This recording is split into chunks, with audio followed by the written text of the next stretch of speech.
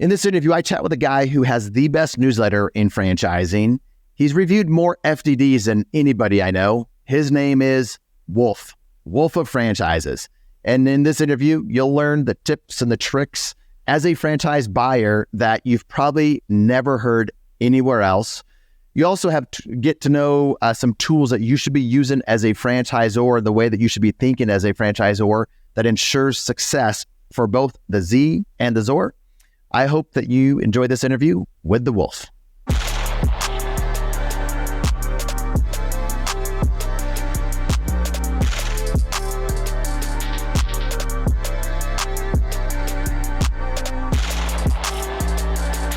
Representing Franchise Secrets, Eric Von Horn. All right, Wolf, welcome back. How do people that don't know you address you? Most ask me what they should call me. Depending on the setting, I give them my real name, or I just say I go by Wolf half the time. Do you go by the Wolf or Wolf? No. Wolf works. Yeah, it's got to drop the. It's a bit smoother and cleaner. So what about Wolf of Wall Street? What does Jordan do? What does he say? Well, does he say Wolf sure, or actually. the Wolf? I think he's trying to get away from that brand a little bit after. Yeah, which I started the Wolf of Franchises kind of as a joke, and now it's become a bit more of a serious thing. And yeah, I mean, I do get that question sometimes from like people who discover it, where they're like, "Are you sure you want that association?" But at this point, it is what it is. It is what it is. Let's go there, man. Like, in franchise, I talk to so many franchisors as they start, as they're looking at becoming part of our portfolio companies at Front Street Equity. So young franchisors that are, 50 plus locations open, or people that are thinking about franchising. And it's interesting to hear the stories because they start out doing one thing. They might be in one business, they might be in one industry, and then as they progress, they find themselves like with different opportunity that may be even better opportunities. So what has that been like for you as you kind of look back at where you were before to where you are now? What doors have opened up that you were not expecting? Yeah, no, it's a great question. I think probably pretty common amongst most entrepreneurs, right? They start out with a plan and it doesn't necessarily go to the plan, and then you figure it out along the way. But yeah, I mean, I've been at, I started the Wolf of Franchises. I guess we can start there, right? In July of 2021. It was just a hobby. I was working in franchise development and kind of moonlighting on Twitter and with a weekly newsletter, just breaking down emerging franchises that I found interesting. And I'd say the first opportunity that I wasn't expecting was a media startup called Workweek reached out to me. We've since partnered and been partnered for a while. But they used to work for The Hustle, which was a popular newsletter that got acquired by HubSpot for, 25-ish million. So they know newsletters, so they know how to grow audiences. So I never expected to get that, like, almost that professionalization of my newsletter and, be able to spend full time on just doing content and growing my Twitter audience, which today is at like 122,000. And then the newsletter's now at 40,000. And we have a blog and, of course, a podcast. So I never expected to like go all in on media. And then secondly, more recently, we launched Krokit, which is a separate entity, a separate endeavor. And it's, that's come with its own twists and turns, but it's primarily a financial data management tool for franchisors and all their franchisees. And, I'd say that never would have been possible if I didn't go all in on the media and was able to, build an audience, which, today has allowed us. We're about 6 months into the Krokit journey and haven't had to spend a dime on marketing because we just have the organic eyeballs and listeners and followers and the like. That's interesting how you say media company. I remember having a conversation with Ryan Dice, one of the founders of Digital Marketer, and we were just, brainstorming some stuff. And this was about 7 years ago. He's like, Eric, are you doing this franchising thing, or is this a media company that you're building? I'm like, media company? No, it's not a media company. They're like, but I was aware enough to say, what do you mean by media company, and how does that look, and why do you ask that? And then he went in and broke it down, and realizing, boy, a lot of what I do and content out there is really more like a media company. I've not done it at your scale, but I definitely had that frame as I've built content and built on the platforms that I have. And I think probably more franchisors need to look at what could they do in terms of content, and thinking more like a media company to build out their brand. So what kind of advice would you give a franchisor? What kind of comments do you have on that for franchisors thinking, maybe I need to have a podcast, a newsletter, more active on Twitter, some of these things?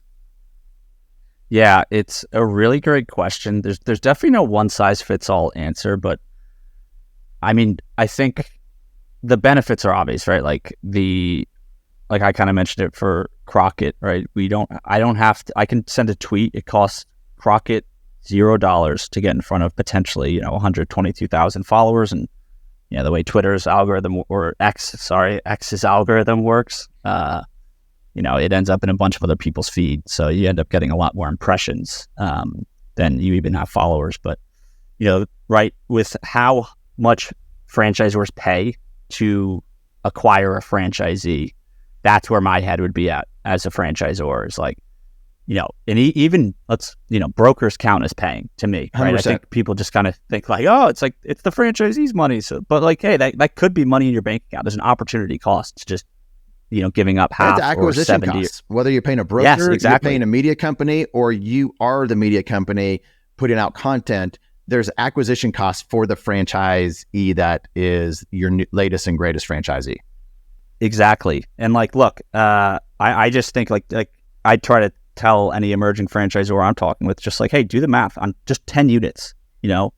If you kept every franchise fee, and look what happens when you give all those to brokers, which it's fine. Like, I think a blended approach is the right way to go, because there are brokers who are funneling quality candidates. So like a blended approach would be what I would suggest. But, the content, right? I mean, it depends on the industry. I think there's little bit of like good fortune depending on your industry, right? Where if you're a restaurant franchise or like a pet franchise, I mean, that's like very shareable content. So like I would go hard on Instagram, or, even, I mean, SEO is interesting these days. Like the Google algorithm is definitely like getting so gamified, where every time you search something, you end up on a blog post that isn't actually helpful.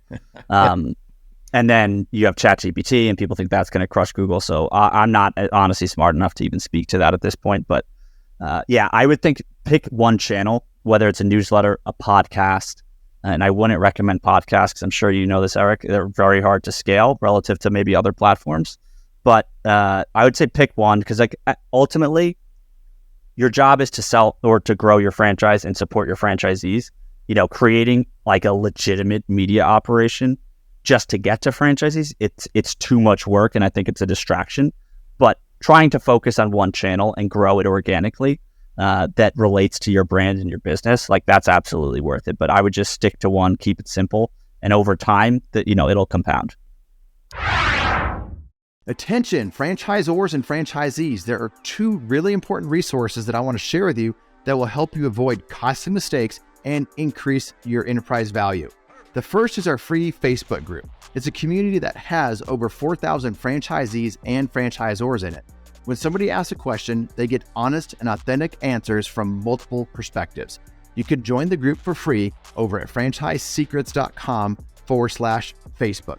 The second resource I want to share with you is if you're a franchisor and you're frustrated that you're not awarding as many franchises as you thought you would, this is the reason I created the Franchisor Mastermind. If you want access to the information, the techniques that the best franchise sales organizations are using to award franchises, and you want what mature brands have with their playbook of having happy, successful franchisees that grow the right way, then you might want to check out the Franchisor Mastermind. The reason why people join is they want access to my Rolodex, my connections. They want the playbook to achieve both short-term and long-term success. They want to increase enterprise value in their brand. Links will be in the show notes or at scalablefranchise.com.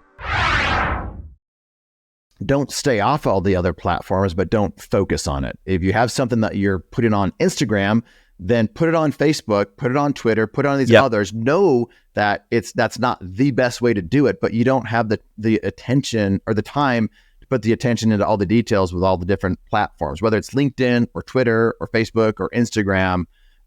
You just got to pick one and go all in. I've been hearing more and more about LinkedIn, actually. Yeah, same here. And I honestly, I made the decision myself to really go all in on Twitter, a year and a half ago. And you'll see that my LinkedIn following is, I think, 4,000 or 5,000. And, Dude, so that's so weak. 100. That's so weak. I would be so afraid to admit that. I know, man. It's low, but you need to announce on Twitter that your Eric crushes your LinkedIn following. You are so weak on LinkedIn. No, but I'm super weak on Twitter, and I'm trying to do a little bit more, but it does take work. All this stuff takes work. To build a following, to have influence is a lot of work. Where would you be today if you had not partnered with Workweek or had an agreement with Workweek to have them behind you, helping you? This is the true answer. I think I've heard this question before, and people answer with a fraction of their following. But the truth is, I wouldn't be here. I wouldn't be on this podcast. The content wouldn't exist, because what would have happened is I would have stayed with my franchise sales job. I would have used all my best immediate content ideas, which I remember I had a 30 Twitter thread shortlist, and I blew through it in my first 2 months at Workweek, and then I wanted to quit because I didn't grow. But if I was doing that while having a full-time job, I would have been screw this. I can't figure it out, and I'll go figure out something else to do. And, so the beauty of Workweek was, one, I had a support system that when I did want to quit, they were like, hey, you're 2 months in, chill out, give it some time. And so I bought in and was I'm just going to do this for a year. I'm not going to focus on metrics. I'm just going to head down. Maybe I'll check in once a quarter on my metrics, but I'm not going to freak out over, every week I only gained 6 followers, right? So the support system, and then also just the time, because honestly, I started out, I wasn't good at content. My tweets were not interesting, not entertaining, not even that useful half the time. So there is an art to it. There's definitely not a science with content, but it gave me the time to I started to understand, all right, if I talk like this and I tweet this kind of content, people definitely it resonates with them and it's more helpful. So it gets more engagement and yada, yada, yada. So I kind of learned the formula for it all. I think that's why people want advisors, part of their brand. Franchisees want to be around other successful franchisees that could give them really good advice. And especially if they're paid advisors or equity advisors, or what we do at Front Street, you have somebody like Workweek that is able to say, hey, chill out. This is not a 2-month game. This is a longer term game. And we've been down this road before, and we know what it takes. So just keep doing what you're doing. I'm sure they had guardrails and kept you focused on the right things. And then at some point, did it just explode, or did you just look back and think oh wow, this is bigger and better than I thought it would be at this point? There's definitely inflection points. I think it took me 9 months to gain 4,000 followers on Twitter. And then I did this thread about Quiznos and how they kind of collapsed over the, last 10 years or whatever. And I gained 9,000 followers just from that thread. So I went from 4,000 to 13,000 over literally within 24 hours. And then from there, that kind of it gets somewhat easier. I used to think it was a direct correlation that if you just had 100,000 followers, you could tweet anything and you're going to gain 500 followers with every tweet. So you still got to put out good stuff. But that definitely made it easier because I had a bigger base to work off of. And then, I kind of found that formula with Twitter threads. And that's really, looking back, I worked too much. I think that's actually good food for thought if someone's seriously trying to go in on content. It's addictive. Ultimately, it's not good for your mental health. And I was living on Twitter. I was giving up weekends, working late nights. I was living in New York. My office was my bedroom. I would wake up, roll out of bed, get on my computer, and I'd work till midnight. And I'd just get out of my desk chair, and my bed was 2 feet away, and then I'd go to sleep. It was looking back, it was depressing, man. But Yeah, so it was a grind, but that was definitely like that first Twitter thread put me on the map, and then I just kept pumping out more every single week. So the consistency was a huge part of it. Who doesn't like what you're doing? I've got this Facebook group, as you know, and I started out of COVID, and I just couldn't wait to get to 100 people in there. And then all of a sudden it was 1,000, and now it's like at 5,500. I'm always keeping close eye on who's coming in. If they don't look like they're franchise related, I don't let them in, or so it's not about the numbers, but now it's just easy. It's easy to grow, but but at some point, I even forgot where I was going with this question, man. Where was I going with this question? You asked who doesn't like what I'm doing. So we will not edit this out. All good. Because in that Facebook group, dude, I got people in there that just, I don't know. They're always grumpy. They're always pointing out things they're always taking the contrarian view and making sure everybody knows their opinion is always right 100% of the time. And I got haters in there. But what about you? I mean, is there do people hate on what you're doing, or is it pretty easy? It's definitely not easy. I think for one, like I've kept the brand for strategic reasons, and we can talk about that if you want. But I'd say it's easier from like a human emotional side of things, in the sense that like it's a French fry that people see, like. Right, like you see me right now, but when the listeners are watching this, potentially, like they're going to see the French fry. So it's just like, I don't know. It like no one can call me out. Like, I see the stuff that happens on Twitter and the internet in general. Like there's nasty comments. People go at people's like looks and age and this and that. So I ignore all that because it's just this cartoon French fry, and it almost like kind of neutralizes anyone who would be super angry. So like I have gotten comments. I definitely get like angry newsletter replies sometimes. Like I did give me your best one. What's been the most angriest newsletter reply that you've seen or that you remember? Oh, I mean, I've definitely gotten people cursing me out. One time, I linked to it was a nonprofit that they were helping with gun laws because of all these school shootings and all the little kids that have died. And I linked out to it. Apparently, it had like I don't even know if it was questionable political affiliations, but like, anyway, they took it as a major political statement. Then I got like a bunch of people being like, F you, like you bleeding heart, this and that. And I was like, oh my God, like I don't want kids to die. Sorry. Like that's it. Yeah. Like it was like crazy. And then, another one, man. Recently I did like honestly, I was struggling for content ideas. So everyone's got opinions. I don't love like, I try to be objective and like provide data. Like that's kind of my theme, but I just did like hot takes, kind of like my 5 hot takes. And I did one where, I just said like, I think like around 80% of franchises probably aren't worth the investment.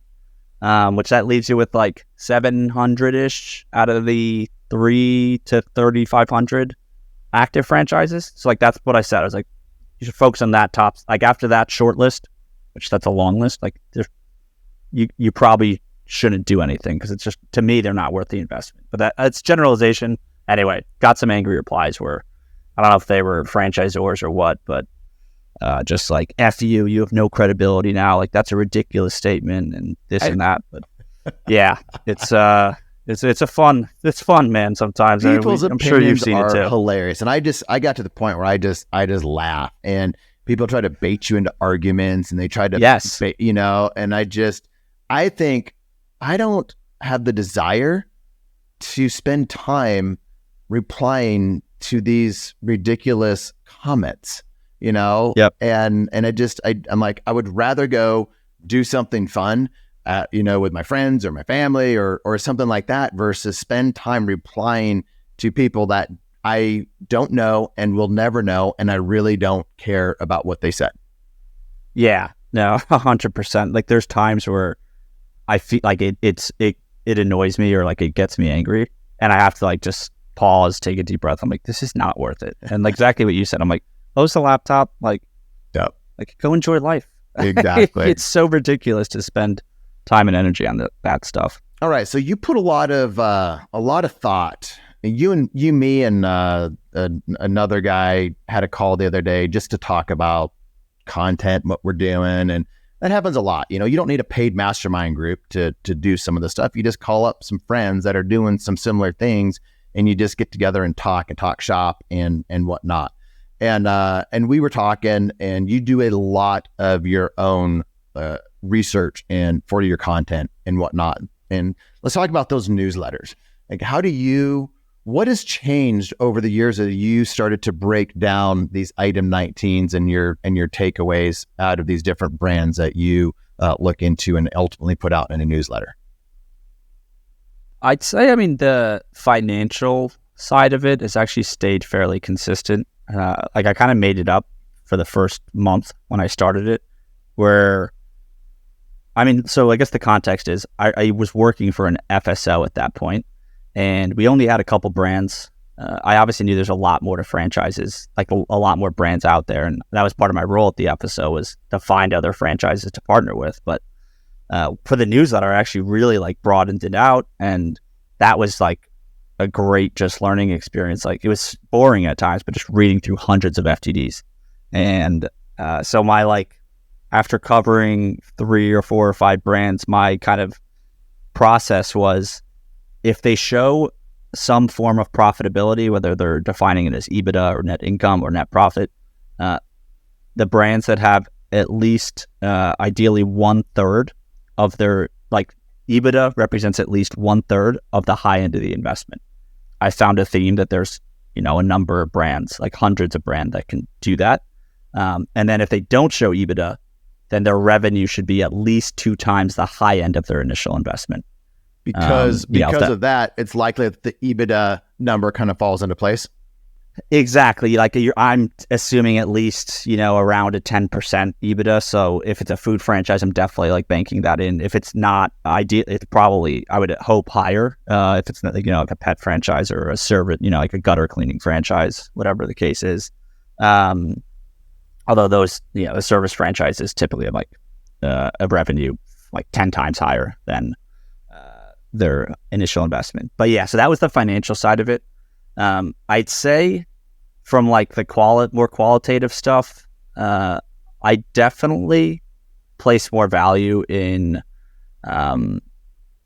some type of I don't want to say moat, because it's almost cliche at this point, but there's a lot, let's put it this way, there's a lot of noise in certain arenas, like fast casual. No disrespect to someone who's starting a new salad concept, but it's just, hey, it's going to be tough. I don't know how the menu how you can get through to the consumer that your menu is that differentiated. And then that obviously flows up to the franchisee, where how is your concept that different from all the other salad concepts or sweet green, whatever. So yeah, just some type of differentiation. I'm talking now about the top 1% of franchises, the ones that grow like wildfire, and they can actually back it up by getting units open and having solid unit economics. So yeah, I think a little bit more deeply about that for the long term, if someone was to buy a franchise.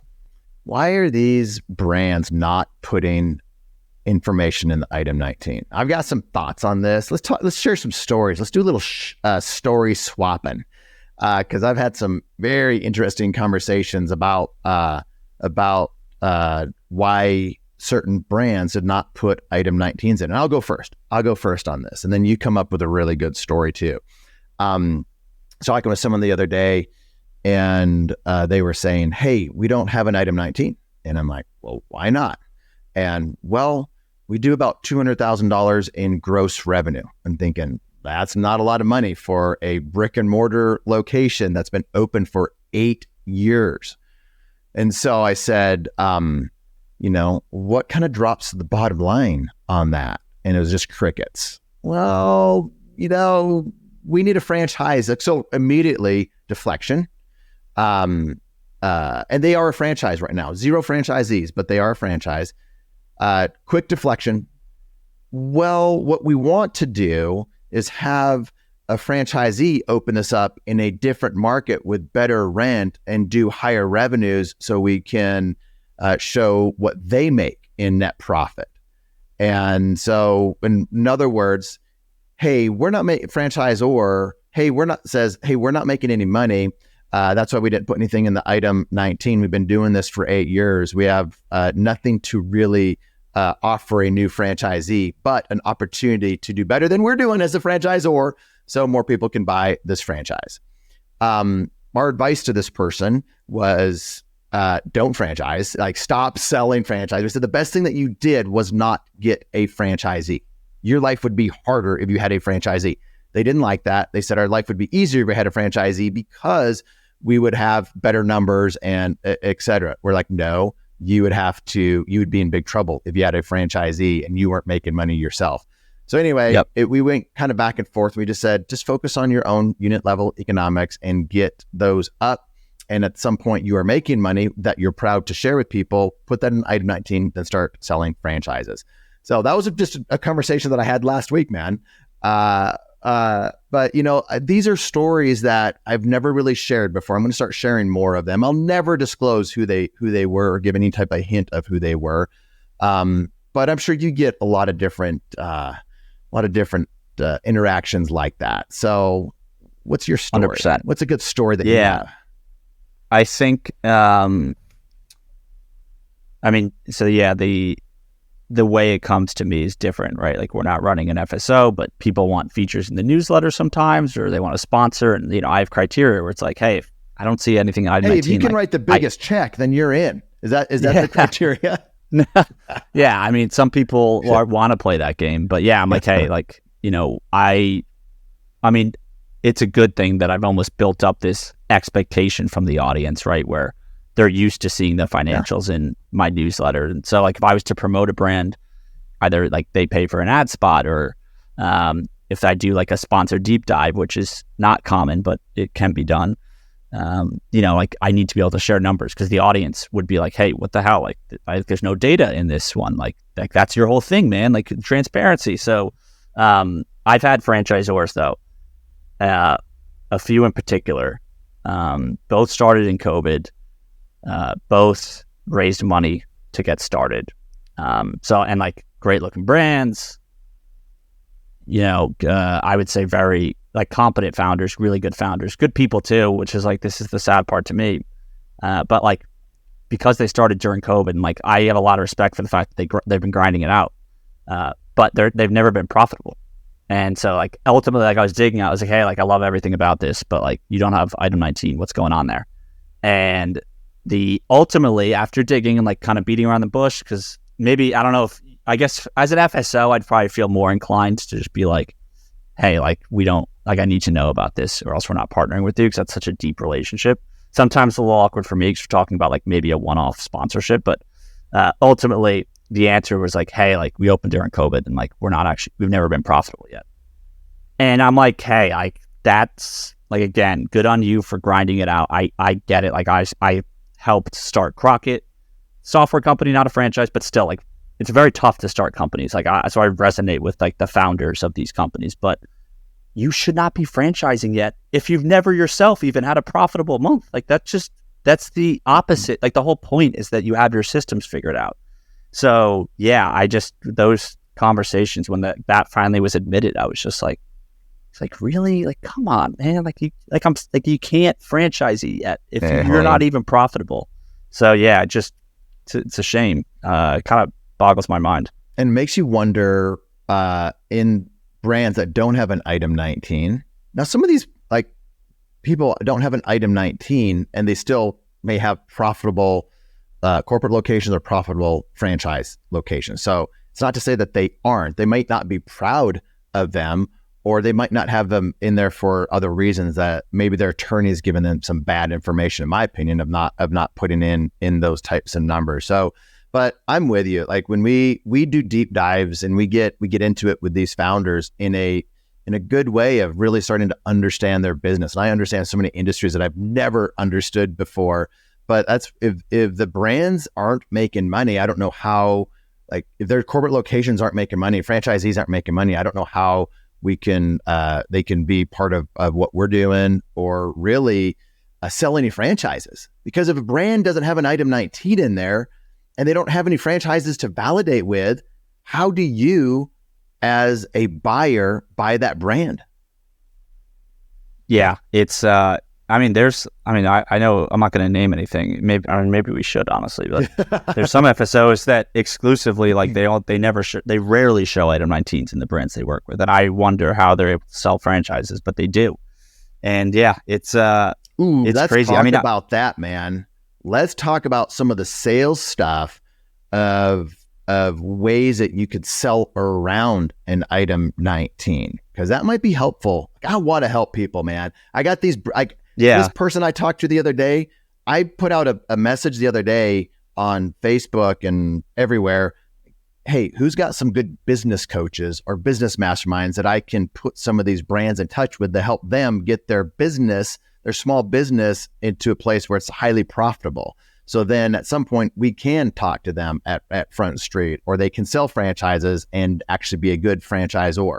So I love to help people. There's buyers out there that are getting sold by good salespeople. So there's difference between a good franchise development person, meaning good, they know how to sell franchises and work around things, and sometimes it's easier to sell without an item 19 because you can dance around that. So how do people dance around no item 19s? So from what I've heard, like, I think a common deflection is they use regulation as an excuse. So they'll say, franchise regulation doesn't allow us to share any financials or projections, which that's partially true. You can't share projections. Well, but if you share... the best lies are partially true. So this is great, man. This is great. This is going to help some people.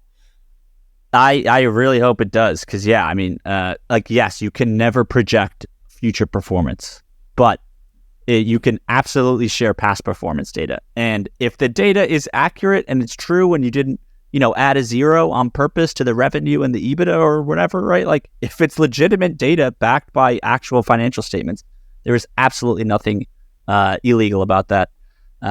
I don't know if certain franchisors are just using their attorney as an excuse, because the response I've gotten when I've pressed franchisors, I'm like, hey, that's not true. And on Twitter, I'll tag some franchise attorneys that are very open about this stuff. And they'll be like, yeah, the wolf is right. That is totally legal. They'll be like, oh, well, our attorney said it's not. And so I don't know if that's a cover up or if there are just lawyers giving bad advice. I don't know. I tend to think it's the former, not the latter. I think it's both. But that's a common one, man. That is a common one. Attorneys there are some attorneys that give advice of, hey, you probably don't want an item 19 in there.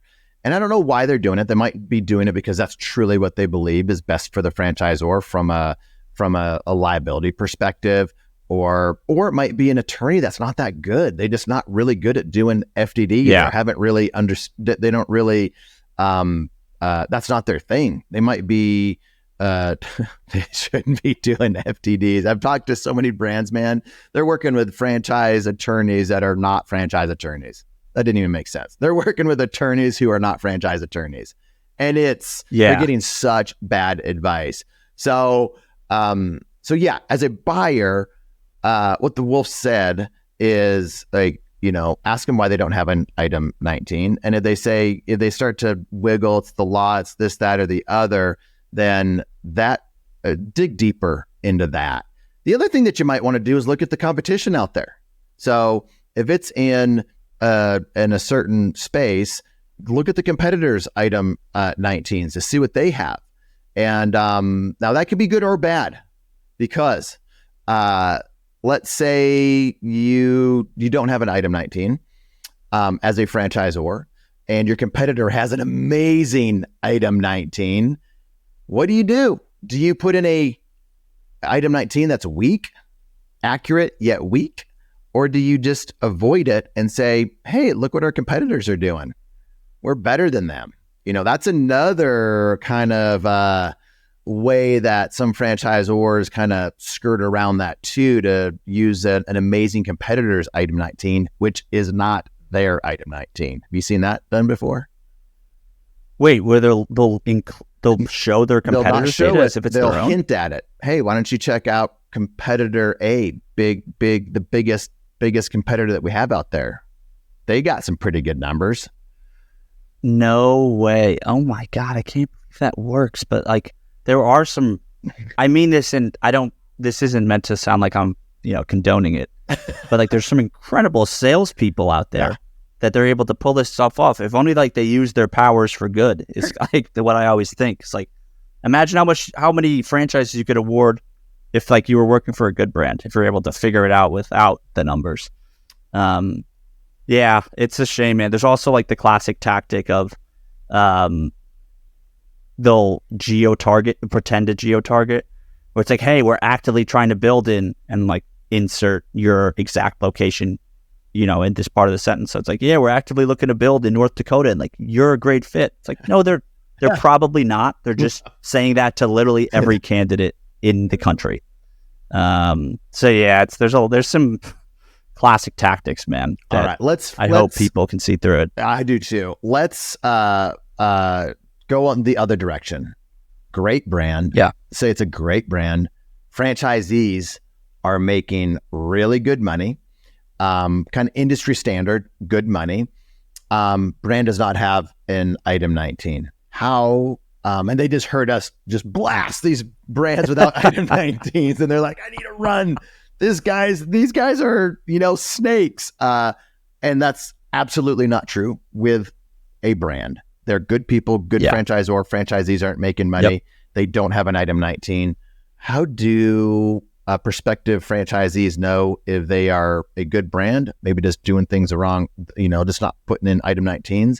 And they're not really, we're not really snakes. How does a buyer navigate that? I would say talk to as many franchisees as possible, which like that's obviously advice that you should do anyway, regardless of the item 19 or not.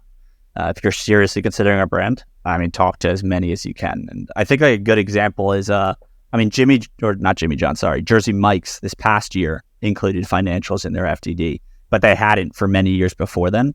I think it was like 7 or 8 years in a row, but I've never heard anything but amazing things from the people who own that brand. And obviously like they've grown a lot, which doesn't always mean that the franchise itself is doing well.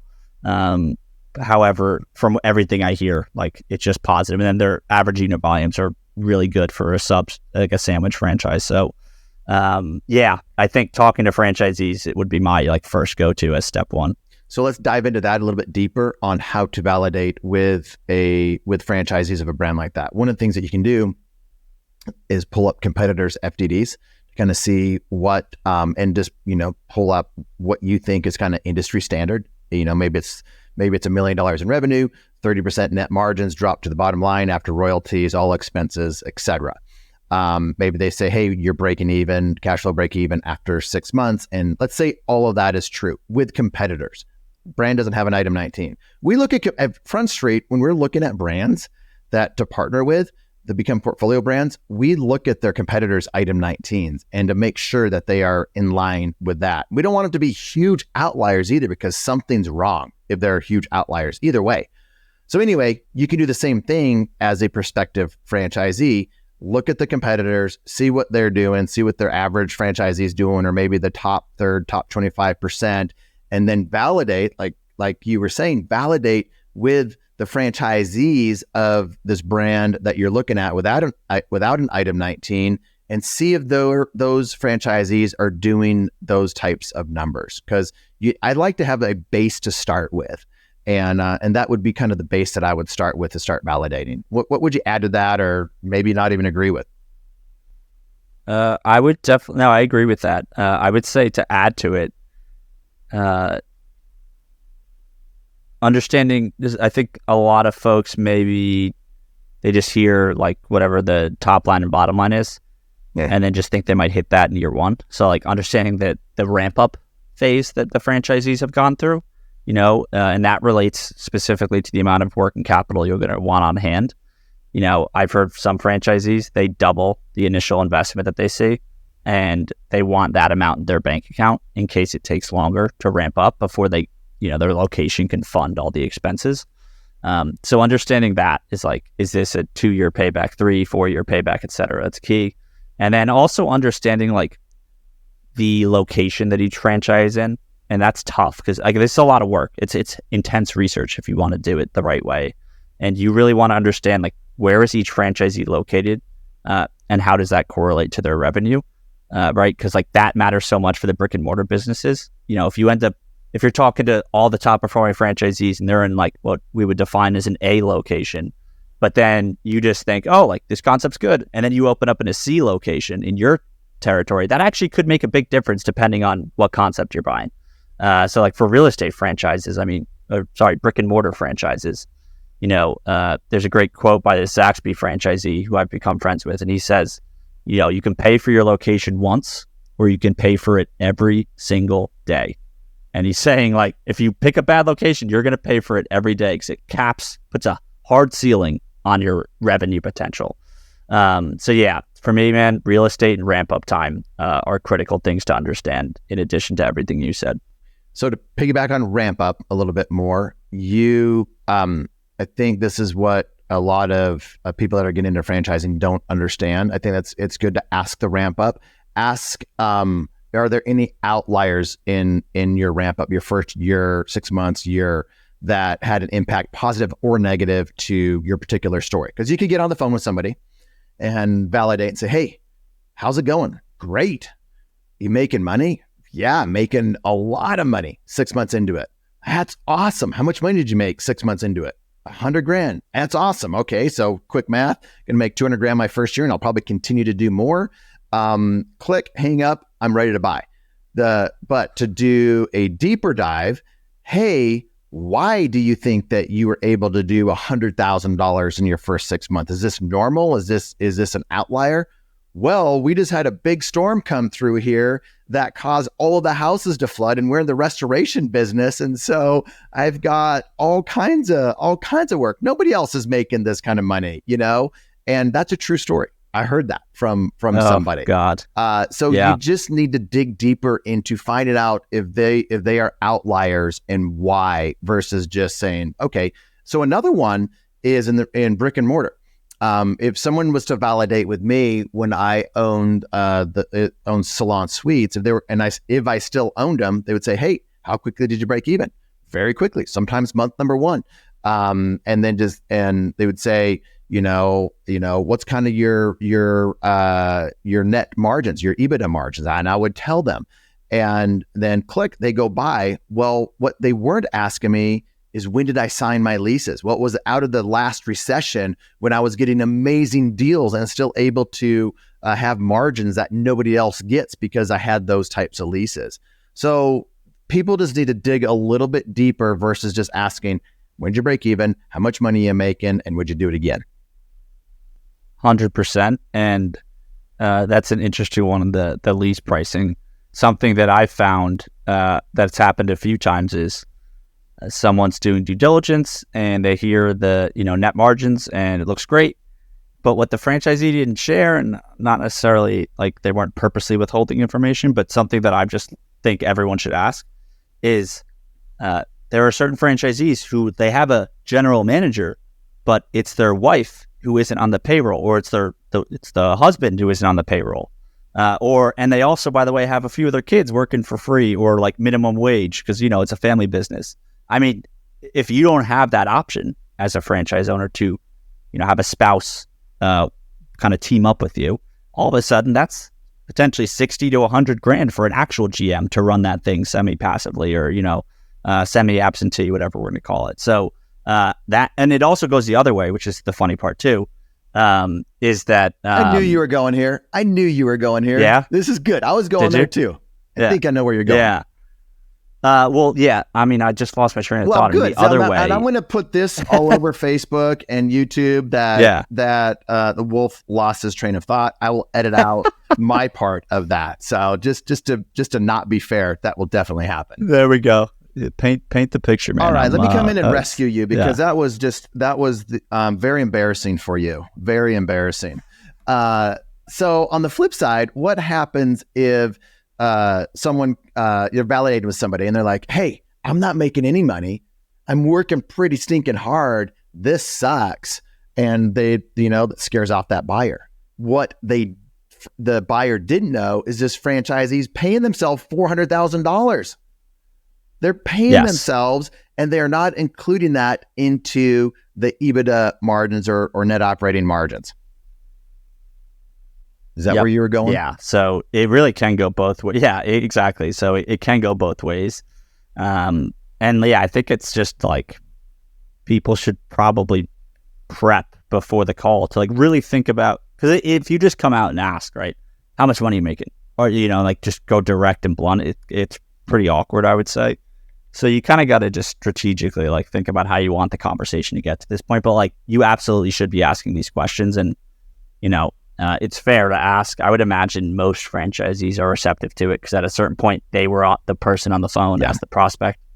And then just a funny tidbit. Just one thing. Someone I've become friends with in the industry, he's been a franchisor and a franchisee, but every time he does due diligence, he starts with the New York City and the New Jersey and the Philadelphia franchisees, because he's like, these East Coasters, they're just going to tell you exactly how they feel right away. So that's his golden nugget for how to really get to the truth as quick as possible. That's a good golden nugget. Yeah, they're going to tell you exactly. And they're kind of the worst candidates to get when you're selling franchises too. You're like, these guys are going to be so hard. They just tell you like it is, and they don't care. But that's a good point when it comes to validating. Talk to those New Jersey, New York, Philly franchisees. You'll get the straight scoop. I like it. All right. So we've been just, whenever we get off a call with a franchisor at Front Street and just kind of giving them some advice, most of the brands that we talk to, we'll never do anything with, but we always try to help them with something. And my comment about franchisees making money and not realizing they're making money because they're paying themselves W-2s, high W-2s, which is another thing they probably shouldn't be doing. But if they're paying themselves high W-2s and they don't really think that they're making money and they're validating that they're not making money, that's a problem, because they actually are making money, but they don't think that they are. So franchisors out there, this is happening in your system. I think you probably need to help franchisors understand their financial model. And I think a lot of franchisors out there are not really helping their franchisees understand their books, kind of money that they're making, and help them with that and manage their business by the numbers. What do you think about all that? Completely agree. And like, especially the last few months, I've had a lot of direct experience with that. And this actually ties into the Ad19 conversation as well. So with Krokit, the software company I helped launch, we have an API that integrates with basically every accounting software out there, as well as a lot of point of sale systems, and we have banking integrations coming soon. So it's a tool for franchisors to not only track all their financials, consolidate those 3 tech stacks into one, but then they also get that ability to see how all their franchisees are doing in an apples to apples format. So we help them standardize the data. So a lot of them just, they're not using a tool like that. I think franchises as a whole probably, as an industry, it's a bit behind like a lot of other industries from a tech perspective. But we're obviously trying to change that. But as far as like the Ad19 conversation, that's actually a reason I found. So we're speaking with some multi-hundred location franchises that they don't have an Ad19, and it's they said, and I trust generally actually the brands I'm referencing. I can't say the name because they're not a client yet, but that they're not actually just sharing Ad19 because they just kind of didn't focus on their tech stack, and they literally just don't have access to the financials. Some brands that have grown and are successful and have gotten private equity buyouts, I have found out through Krokit that they actually didn't even have every franchisee on the same point of sale system. And was crazy to me. I didn't think that was even possible. So I'm like, you guys don't even know the revenue how are you even collecting royalties is my other question, but it's a whole nother story. But it's definitely critical. You can't think about it soon enough. Every franchisor from day one should have a standard chart of accounts. That way, when you're trying to see your franchisee in Omaha versus your franchisee in New Jersey or whatever, you can compare their labor in an apples to apples format. And, do they have salaried labor, their utility costs, everything, like, right? It gets so hard at scale if you're not standardizing it early, and you just create a massive headache. Obviously our tool can help with it, but it's still work to unwind that kind of data mess if you don't start it early. So I think this is advice that we give to any brand that we're working with. We give it to a lot of brands that we just talked to as well. So how does Krokit help with a brand that does not really have that type of has not really had that type of focus? They just really did put that a high level of importance on it. It wasn't a focus of theirs. So how does Krokit help that franchisor, which ultimately helps their franchisees? Yeah, so I mean, one, the tech platform helps standardize it. So we have like a AI-backed chart of account matching system. So franchisees integrate their accounting software. Takes 2 minutes to integrate, so it's super quick. We sync all the data, and then the franchisor just checks off to make sure that the line items or the accounts, right, from the franchisee's income statement and other financial statements map to the correct line item of the franchisor's master chart of accounts. So a little bit getting into the weeds of the accounting world here, but that's what you have to do as a franchisor. And then secondly, we have a few partnerships with some bookkeeping firms that are professional, reputable, and they're big enough to work and take on franchisor clients and all their franchisees. So that's not like necessarily mandatory, but to me, it's a good option. I'd be curious for how you think about that, but just to have all your franchisees using a specific bookkeeping firm so that you don't have to worry about, because I mean, I've seen it just with the brands we've already onboarded for Krokit. I mean, you have franchisees using their cousin or their uncle or trying to do it themselves, and they end up kind of going outside the lines, and it just creates issues for everyone, honestly. It's tough. I think bookkeeping, I can see that. I know brands that have required bookkeepers or a few different types of vendors that are bookkeepers. I'd like to see a couple vendors, 2 or 3 vendors that kind of can all talk versus one. It's hard when brands have just one. Franchisees tend to think their franchisor is just making a bunch of money off it. And that may or may not be true. But even if they are thinking that it causes that kind of strife or could cause it. So I try to avoid that as much as I can. But I think it's better for the franchisees ultimately if there was a standard chart of accounts, standard way everything is done. Franchisees have visibility into certain KPIs across the system to see where they fall and gamify it a bit. So I like all of that stuff. Yeah, I think ultimately transparency usually is the best way, right? I mean, even if things aren't, God forbid, aren't going well, if you have no visibility, like it usually just makes the system kind of and the franchisees antsy because they're not doing well. It's isolating almost. So I think really in good times and bad, you'd rather just be kind of upfront with everyone. So it's there's a lot to think about, man, for franchisors. So I sympathize with them. It's hard, and like good thing that you're out there helping coach them, because I mean it's a lot to take on at once, and they definitely can use some of the help from good people. So all right, last question. Where are you going to focus your energy in the next year on social? Are you going to double down on Twitter? Are you going to continue that newsletter? Are you going to switch anything up? You test anything on your own content generation stuff? So the newsletter will stay consistent. The podcast, I'm going to change up the format. I do like a weekly interview similar to you, and it's a grind. And I also feel like I've let the quality slip a bit because I just don't have as much time. Especially now, I'm coming on there next, and so that quality is going to go way down. So thanks for throwing me under the bus. Like you looked right at me. We are literally recording right after this. He said, "Hey, the quality is getting ready to slip big time." So I won't forget that. All right, keep going. For the record, I was referencing not the guest quality, just my interview preparation quality. But that's funny. Yes, you are up in 3 minutes here.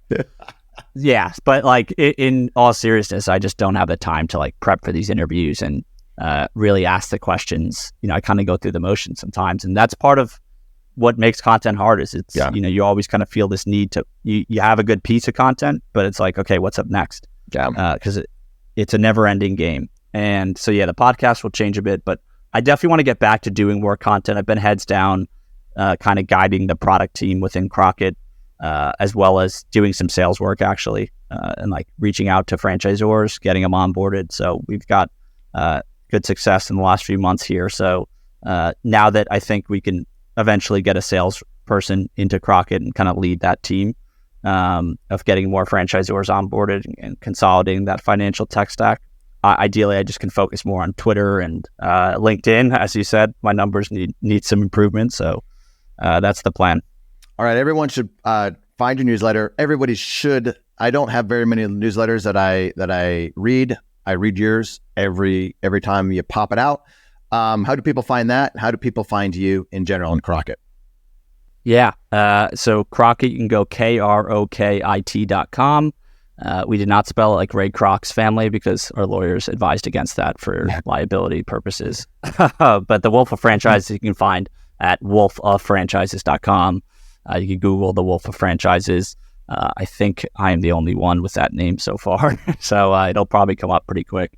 And feel free to DM me on Twitter, reply to the newsletter. That's me on the other end of it. It's not like a team, it's just me. So happy to help as I can. Dude, thanks for coming on. I really wish you hadn't made that big mistake towards the end where you forgot what you're going to say, but hey, we'll make sure that it does not get out. Appreciate it, man. Appreciate it, Eric. See ya. Thanks for listening to the Franchise Secrets podcast. Links to everything can be found over at franchisesecrets.com. And if you want my help with anything from starting your own franchise to growing your current franchise business, please visit scalablefranchise.com.